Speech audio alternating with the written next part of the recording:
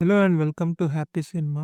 రీసెంట్‌గా నెట్‌ఫ్లిక్స్‌లో రిలీజ్ అయిన 'సారే జహాన్ సే అచ్చా' వెబ్ సీరీస్ యొక్క రివ్యూ అయితే చూద్దాం. ఈ సీరీస్ కథ చూసుకుంటే ఇండియా వచ్చేసి ఒక న్యూక్లియర్ వెపన్‌ని తయారు చేయాలనుకుంటది.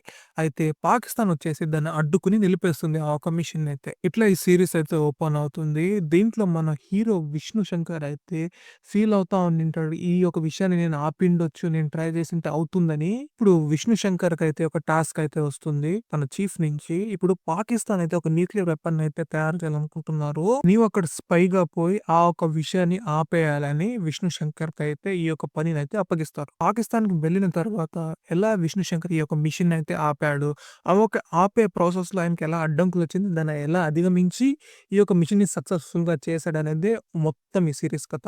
సీరీస్ చూసుకుంటే స్పై యాక్షన్ థ్రిల్లర్ జానర్‌కైతే చేరుతుంది. ఈ సీరీస్‌లో దాదాపు 6 ఎపిసోడ్‌లయితే ఉంటుంది. ఒక్కొక్క ఎపిసోడ్ వచ్చేసి 30-40 మినిట్స్ అయితే ఉంటుంది. ఓవరాల్ 4 అవర్స్ డ్యూరేషన్‌లో అయితే ఒక కంప్లీట్ సీరీస్ అయితే ఉంటుంది. జనరల్‌గా మనం స్పై మూవీస్ చూస్తే వాళ్ళదా మాస్, వాళ్ళు ఏమైనా చేయగలరు. వాళ్ళకంతా గ్యాడ్జెట్స్ ఉంటాయి, పవర్ ఉంటది.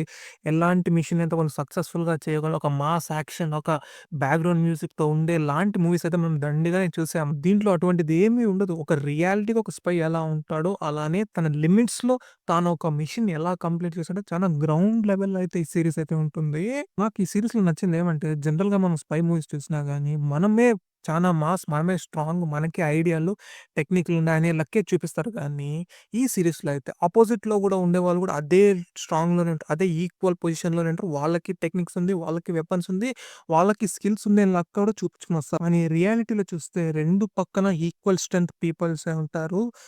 విషయంలో ఈ సీరీస్ అయితే బాగానే చూపించింది. అదే రకంగానే ఈ సీరీస్‌లో ఒకడైతే పాకిస్తాన్‌లో ఉంటాడు. వీడు చూసేకి చాలా టెర్రిఫిక్‌గా ఉంటాడు. ప్రతి ఒక్క విషయాన్ని వీడు కనుక్కుంటాడు. అండ్ వీనికి దొరికితే ఇంకా సంగతులంతే ముగిసిపోతుందనే లాంటి వ్యక్తులు కూడా పాకిస్తాన్‌లో అయితే ఉంటారు.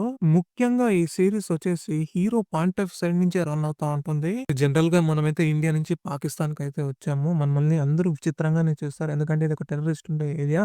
మన ప్రతి మూవ్ చానా క్రిటికల్‌గాను, చానా తెలివితో వేయాలా. హీరోకుండే లిమిటేషన్స్ గాని, ఆయనకున్న రెస్పాన్సిబిలిటీ గాని, దాంతో పాటు ఆయన భార్యతో గూడా వచ్చుంటాడు. ఆమెకు గూడా ఏం జరగకూడదనే ఒక కేర్ గాని బాగానే పిక్చరైజ్ చేశారు. దాంతో పాటు ఈ యొక్క మిషన్‌లో ప్రతి ఒక్కరి మైండ్ సెట్ ఏంటి, వాళ్ళు ఎలాంటి మెంటాలిటీతో ఉన్నారు, వాళ్ళు నెక్స్ట్ ఏం చేస్తారనే దాని గురించి సంబంధించిన డీటెయిల్ గూడా బాగానే ఉంటుంది ఈ సీరీస్‌లో.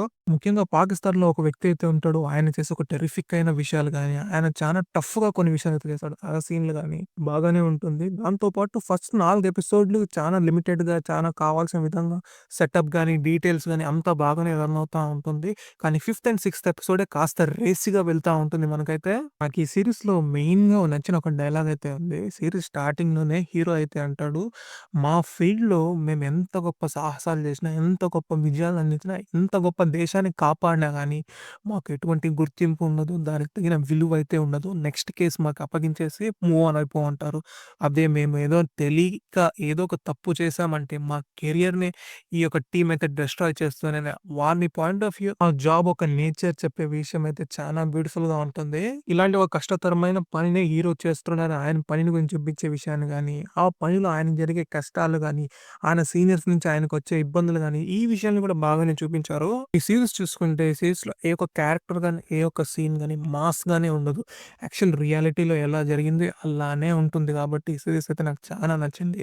ఇంత బాగున్న సీరీస్‌లో ఏం నెగెటివ్ లేదు. అంటే కాస్త సీరీస్‌లో ఫస్ట్ 4 ఎపిసోడ్‌లు చెప్పాను కదా ఇంతకు ముందులో, కొంచెం పేసింగ్ అయితే స్లోగా ఉంటది. ఎందుకంటే ఈ సీరీస్ వచ్చేసి 1917లో జరిగే రియల్ ఇన్సిడెంట్ బేస్ కాబట్టి, ఆ ఒక్క స్టైల్‌ని, ఆ ఒక్క విషయాన్నయితే డాక్యుమెంటరీ స్టైల్‌లో అయితే తీసాడని నాకైతే అనిపిస్తుంది.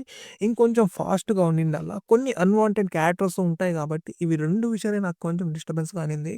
ఓవరాల్‌గా చూసుకుంటే ఒక మంచి సీరీస్. ఒకసారైతే ట్రై చేయొచ్చు. అడల్ట్ కంటెంట్ విషయానికొస్తే దీంట్లో ఒక్క 2 సీన్‌లయితే ఎక్కువ తక్కువ ఉంటాయి. దాన్ని వచ్చి స్కిప్ చేసేస్తే అయిపోతుంది.